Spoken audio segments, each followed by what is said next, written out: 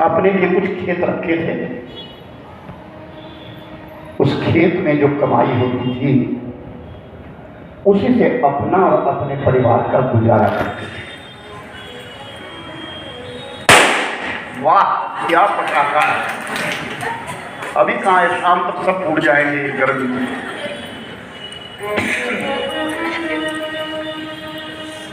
राजा वेणु के राज्य में एक दिन मेला है, बहुत बड़ा मेला आया। तो रानी ने कहा, राजन आपकी आज्ञा हो तो मेला देखने के लिए जाएं। चलो, मैं भी जाऊंगा। अपने गांव का, अपने इलाके का जो मेला है उसे जरूर देखना चाहिए, मैं जाऊंगा। राजा और रानी दोनों साधारण वस्त्र पहने हैं जो उनके पास थे और मेला देखने के लिए चले गए। मेला भरा हुआ था, भांति भांति के वस्त्र पहन करके, भांति भांति के गहने पहन करके स्त्रियां और पुरुष उस मेले में आए। सारा दिन मेला देखा। लौट करके अयोध्या में शाम को जब अपने महलों में पहुंचे, अपने गृह मंदिर में जब पहुंचे, तो रानी राजा से कहती, राजन आपने देखा ना, हम मेले में गए थे, हम राजा है ना, हमसे अच्छे तो बहुत सारे लोग थे। हम राजा कैसे लग रहे थे कि सूरज से राजा लग ही नहीं रहे थे। कितने अच्छे अच्छे वस्त्र पहन करके स्त्रियां आई थी, गहने पहन करके आई थी, पुरुष कितने अच्छे वस्त्र पहन करके आए थे। हमारे पास तो ना वस्त्र थे ना कोई गहने। आप मेरे लिए कोई अच्छा गहना बनवाओ, क्योंकि इसकी जाति को एक लालसा होती है, गहनों की लालसा होती है। राजा ने कहा, प्रिय, मेरी कमाई केवल मात्र इतनी, मैं गहने नहीं बनवा सकता। नहीं, आप मेरे पति हैं महाराज, आप राजा है, इतना बड़ा कोष है अयोध्या का। नहीं, इस कोष से मैं एक भी पाई भी नहीं ले सकता। ये प्रजा का धन है, मेरा धन नहीं है। लेकिन रानी तो हट गई। रानी ने कहा, नहीं, मुझे तो चाहिए। तो राजा ने अपने मंत्री को बुलाया, से कहा, एक मन सोना लेकर के आओ। कहां से? जो कहीं भी सबसे ज्यादा टैक्स लेता हो, कर लेता हो अपनी प्रजा से, जो पाप नहीं महापाप कर रहा हो, वहां से सोना देकर के आओ। जो प्रजा को दुखी करता हो, वहां से सोना देकर के आओ। मंत्री उठा और चल पड़ा। देश देशांतर में घूमने लगा, पता करने लगा कहां है, कौन सबसे घातक है। पता करते करते पता चला कि लंका नाम की नगरी के बीच में एक रावण रहता है। वो रावण के पास पहुंच गया। रावण से कहा,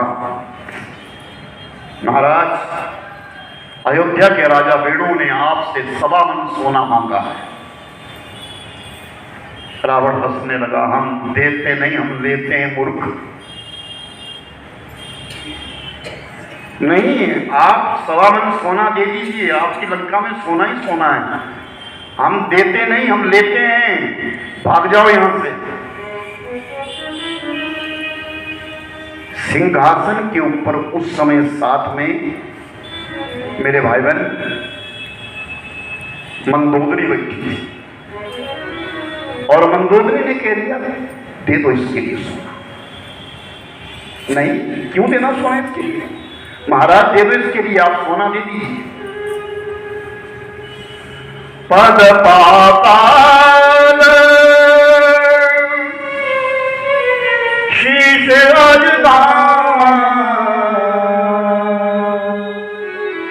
पर लोक अंग अंग विश्राम। जिनकी ये बात कर रहा है ना,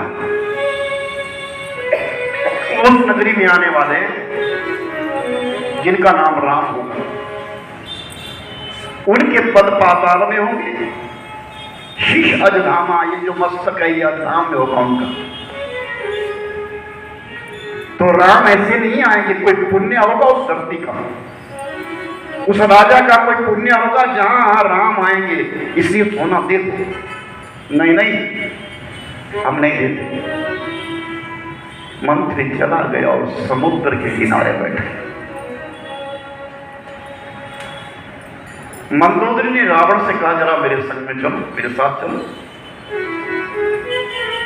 अपने कोठे के ऊपर ले गई, 2 मुट्ठी में अनाज ले गई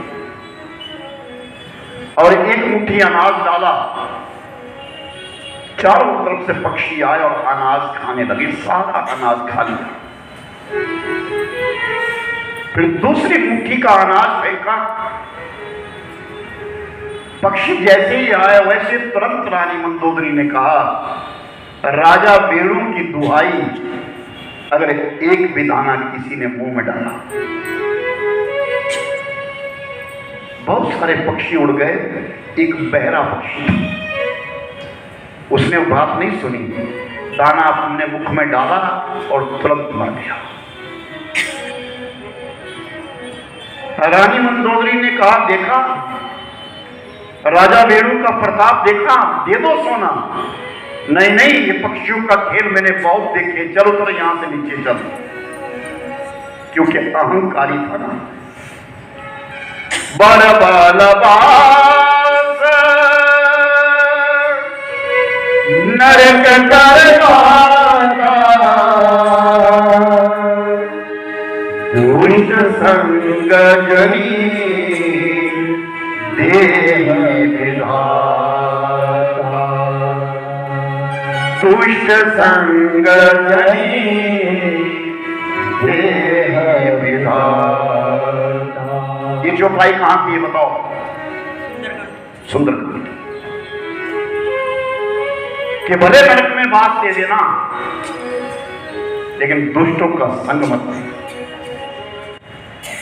आज मंदोदरी विचार करती है, राजा वेणु की दुहाई से पक्षी भी समझ रहे, ये मेरा पति नहीं समझ रहा है। रात्रि में सो गए और सुबह हुई, भोर हुई तो क्या देखा कि वो मंत्री वापिस आ रहा है। राजा वेणु का मंत्री फिर वापिस आ गया और रावण से कहता है, महाराज मैं नहीं लेने नहीं आया हूं, घबराओ मत। रावण कहता तो फिर आ गया, भाई आप घबराइए मत, मैं आपसे कुछ लेने नहीं आया हूं, आपको कुछ दिखाने आया हूं, जरा मेरे साथ चलो ना, मेरे साथ चलो ना। रावण को लेकर के वो मंत्री लंका के कोने पे आ गया, समुद्र के किनारे। जिस प्रकार सोने की लंका रावण की थी, वैसी लंका एक मिट्टी की बनाई है उस मंत्री ने। और कहा, राजन तेरी लंका सोने की है, ये मिट्टी की है। मैं राजा वेणु का नाम लूंगा, इस लंका का एक हिस्सा तोड़ूंगा, तेरी लंका भी टूट जाएगी। और वेणु का नाम लिया, मेरे वेणु की राजा की जय हो। और उस लंका का एक मुनारा को अंगूठा दबाया, मिट्टी की लंका का एक ढेर किनारे कोना टूट गया। राजन जाओ पता करो कि लंका भी आधी टूट गई है। और रावण ने जब पता किया तो सचमुच लंका की भाई हिस्सा टूट गया, अपने आप टूट गया, गिर गया। राजन एक क्षण के अंदर तेरी पूरी लंका विनाश हो जाएगी। मेरे राजा इतना प्रतापी राजा है, राजा वेणु। रावण समझ गया सच, क्योंकि वीर था, विद्वान था, शास्त्र ज्ञाता भी था, जानता था लेकिन मानता नहीं था। आज भी दुनिया शास्त्रों को जानती है लेकिन शास्त्रों की बात मानती नहीं, जानती है लेकिन मानती नहीं। तो राजा रावण ने सवामन सोना तोल दिया और दे दिया मंत्री को। मंत्री सोना लेकर के वापिस अयोध्या में आया। राजा वेणु के कक्ष में जैसे जाने लगा, राजा वेणु ने कहा बाहर रहो, अंदर बता, तुम सोना लेके आए? हाँ। कहां से लाए? मैं रावण से लाया, लंकापति रावण है, मैं रावण से मांग करके लाया हूं और आपके नाम से 1.25 मन सोना किया है। पूरी कहानी बताओ। जाओ इस सोने को रानी को दे दो, कहो गहने बना ले, पुत्रों को, पोत्रों के, परपोत्रों के, सबके गहने बना ले, मेरे पास मत रखा। और जब 1.25 मन सोना लेकर के चले गए और रानीवास में जब वो मंत्री गया और रानी के सामने जब वो सोना रखा तो रानी की आंखें चौंधा गई, तो कहने लगी कहां से लाए हो? तो आद्योपांत सूरी पूरी की पूरी कथा सुनाई। उस मंत्री ने पूरी की पूरी कथा सुनाई तो उस रानी की आंखें खुल गई। ये क्या कह रहे हो? मेरे पति के नाम से इतना बड़ा पराक्रम है, ये त्याग का फल है कि मेरे पति का जो त्याग है, जिन्होंने इतना बड़ा त्याग किया है, उसका फल इतना बड़ा है कि रावण घबरा गया और सोना दे दिया। ले जाओ, मुझे ना तेरे सोने की जरूरत, ना गहनों की जरूरत, ना वस्त्रों की जरूरत। जिस प्रकार मेरे पति परमेश्वर त्यागी है, उसी प्रकार मैं उसमें आनंद लूंगी। उठाओ इस सोने को, गरीबों में थोड़ा थोड़ा थोड़ा सब गरीबों में बांट दो। थोड़ी सच्चिदानंद भगवान जय।